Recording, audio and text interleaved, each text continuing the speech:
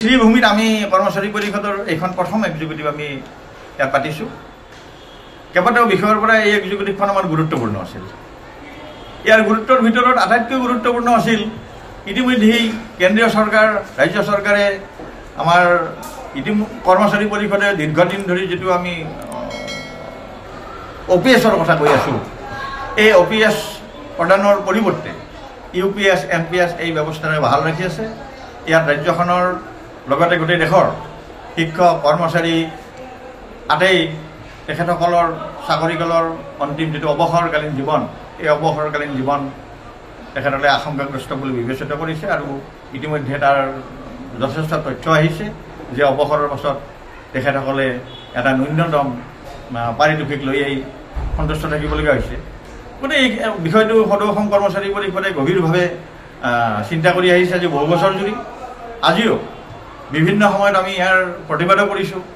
আজিও এই শ্ৰীভূমি জিলাৰ কাৰ্যনিৰ্বাহকৰ আমাৰ গুৰুত্বপূৰ্ণভাৱে আমি অহা জানুৱাৰী মাহৰ পৰা আমাৰ কাৰ্যসূচীটো আমাৰ ডিচেম্বৰৰ পৰাই আৰম্ভ হ'ব, 24 তাৰিখৰ পৰা, আৰু ধাৰাবাহিকভাৱে আমি বিভিন্ন পৰ্যায়ৰ কাৰ্যসূচীৰে এই NPS UPS বিৰোধিতা আৰু OPS বাহালৰ যিখন সদৌ অসম কৰ্মচাৰী পৰিষদৰ সংগ্ৰাম, এই সংগ্ৰামখনক আমি অব্যাহত ৰাখিম। আমি গোটেই সংগ্ৰামখিনি চৰকাৰৰ যিবিলাক বিধি ব্যৱস্থা গণ্ডি সম্পূৰ্ণৰূপে গণতান্ত্ৰিক ব্যৱস্থাৰে আমি পৰিচালিত কৰিম। আজি শ্ৰীভূমিৰ এই এক্সিকিউটিভত আমাৰ এই বিষয়টো সিদ্ধান্ত গ্ৰহণ হৈছে। অন্যহাতে এটা গুৰুত্বপূৰ্ণ বিষয় যে আজি 20-25 বছৰ যদি ৰাজ্যৰ শিক্ষক সমাজে তেখেতসকলৰ অইন কৰ্মচাৰী লেখীয়াকৈ বছৰত আৰ্জিত 30 দিনৰ দাবী কৰি আহিছিল। আমি কেইমাহমান আগতে মুখ্যমন্ত্ৰী মহোদয়, শিক্ষামন্ত্ৰী মহোদয়, আমাৰ মাধ্যমিকৰ সঞ্চালিকা, আমাৰ এলিমেণ্টাৰী সঞ্চালিকা আটাই থকা এখন বৈঠকত সন্মিলিত শিক্ষক মঞ্চক আলোচনাত মাতিছিল। তাতো এই বিষয়টো বিশদভাৱে আলোচনা বিলোচনা হৈছে। তাত যে আমাৰ এই আৰ্জিত ছুটিৰ 30 দিনৰ দাবীৰ বিষয়টো তাত এটা সিদ্ধান্ত হৈছিল যে আমি যিমানখিনি পাৰোঁ সেইখিনি প্ৰদান কৰিব লাগে। সেই সিদ্ধান্ততে আজিৰ তাৰিখলৈকে কাৰ্যকৰী হোৱা নাই। তাত সজৰে এটা কথা উত্থাপন হৈছিল যে সকলো কৰ্মচাৰীৰে চিকিৎসাজনিত কাৰণত ছুটিৰ ব্যৱস্থা আছে, কিন্তু ৰাজ্যখনৰ শিক্ষক সমাজৰ ছুটিৰ কাৰণে কোনো ধৰণৰ চিকিৎসাৰ ব্যৱস্থা নাই। এই কথাটো মুখ্যমন্ত্ৰী মহোদয়ক সজৰে কোৱা হৈছিল আৰু তেখেতে বিষয়টো উপলব্ধিও কৰিছিল। আমি আশা ৰাখিম যদি অতি সোনকালে এই বিষয়ত কোনো ধৰণৰ নিশ্চয়তা নাহে, তেতিয়াহ'লে আমাৰ যোৰহাট অধিৱেশনত এই বিষয়ে ব্যাপক চৰ্চা লাভ কৰিব আৰু তাৰ পাছত আমাৰ পৰৱৰ্তী সিদ্ধান্ত পৰৱৰ্তী ব্যৱস্থা লৈ ৰাজ্যৰ শিক্ষক সমাজ কৰ্মচাৰী সমাজ গতি কৰিবলৈ বাধ্য থাকিব। অন্যহাতে এই আজিৰ এই কাৰ্যনিৰ্বাহক বৈঠকখনত এই দুটা গুৰুত্বপূৰ্ণ বিষয়ৰ উপৰিও অন্যান্য কেইবাটাও বিষয় যে আমাৰ বিনামূলীয়া স্বাস্থ্য সেৱা আঁচনি আৰু এই বিষয়বিলাকো আলোচনা হৈছে। অষ্টম দৰমহা আয়োগৰ বিষয়ত আমাৰ গভীৰভাৱে আলোচনা হৈছে আজি আমাৰ সভাত। আমাৰ স্পষ্ট কথা কৰ্মচাৰী পৰিষদৰ যে চৰকাৰে অতি সোনকালে আমাৰ পে কমিশ্যন গঠন কৰিব লাগে আৰু আমাৰ ৰাজ্যখনৰ কৰ্মচাৰী সমাজৰ পৰা মেমৰেণ্ডামবিলাক বিচাৰিব লাগে।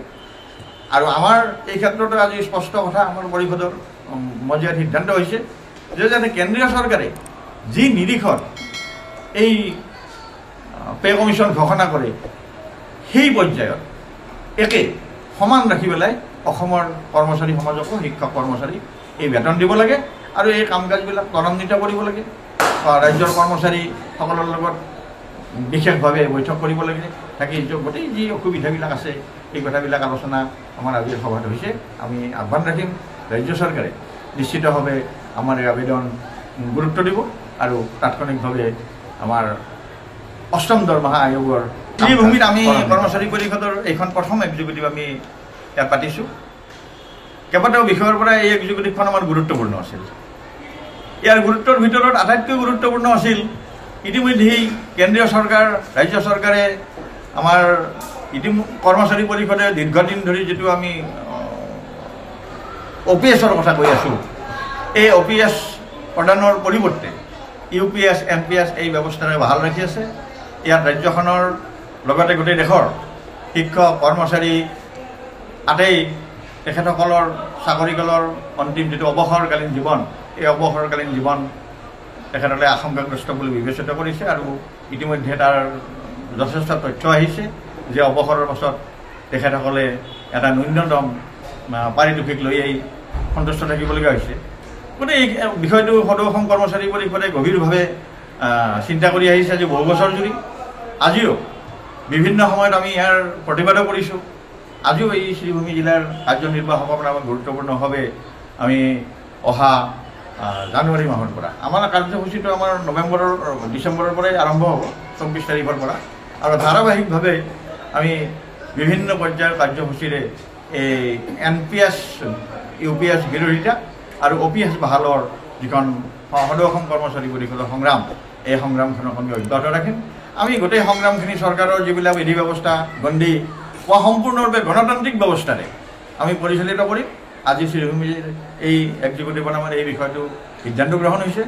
অন্যহাতে এটা গুৰুত্বপূৰ্ণ বিষয় যে আজি 20-25 বছৰ যদি ৰাজ্যৰ শিক্ষক সমাজে তেখেতসকলৰ অইন কৰ্মচাৰীৰ লেখীয়াকৈ বছৰত আৰ্জিত 30 দিনৰ দাবী কৰি আহিছিল।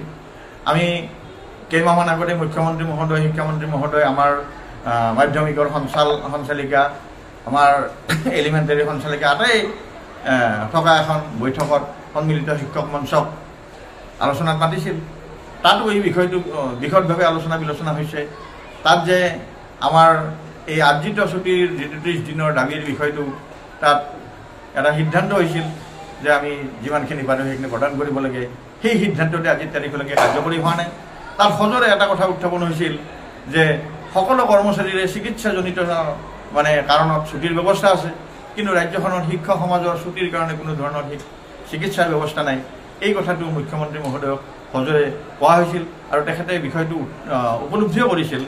আমি আশা ৰাখিম যদি অতি সোনকালে এই বিষয়ত কোনো ধৰণৰ নিশ্চয়তা নাহে, তেতিয়াহ'লে আমাৰ যোৰহাট অধিৱেশনত এই বিষয়ে ব্যাপক চৰ্চা লাভ কৰিব আৰু তাৰ পাছত আমাৰ পৰৱৰ্তী সিদ্ধান্ত, পৰৱৰ্তী ব্যৱস্থা লৈ ৰাজ্যৰ শিক্ষক সমাজ, কৰ্মচাৰী সমাজ গতি কৰিবলৈ বাধ্য থাকিব।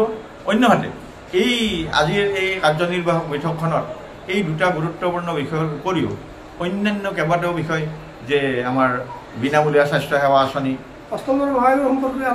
আৰু এই বিষয়বিলাকো আলোচনা হৈছে। অষ্টম দৰমহা আয়োগৰ বিষয়ত আমাৰ গভীৰভাৱে আলোচনা হৈছে আজি আমাৰ সভাত। আমাৰ স্পষ্ট কথা কৰ্মচাৰী পৰিষদত যে চৰকাৰে অতি সোনকালে আমাৰ পে কমিশ্যন গঠন কৰিব লাগে আৰু আমাৰ ৰাজ্যখনৰ কৰ্মচাৰী সমাজৰ পৰা মেমৰেণ্ডামবিলাক বিচাৰিব লাগে।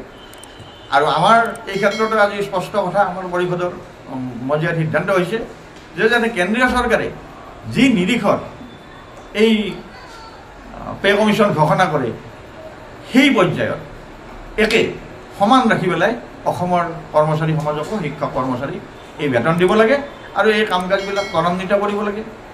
ৰাজ্যৰ কৰ্মচাৰীসকলৰ লগত বিশেষভাৱে বৈঠক কৰিব লাগে, থাকি গোটেই যি অসুবিধাবিলাক আছে এই কথাবিলাক আলোচনা আমাৰ আজিৰ সভাত হৈছে।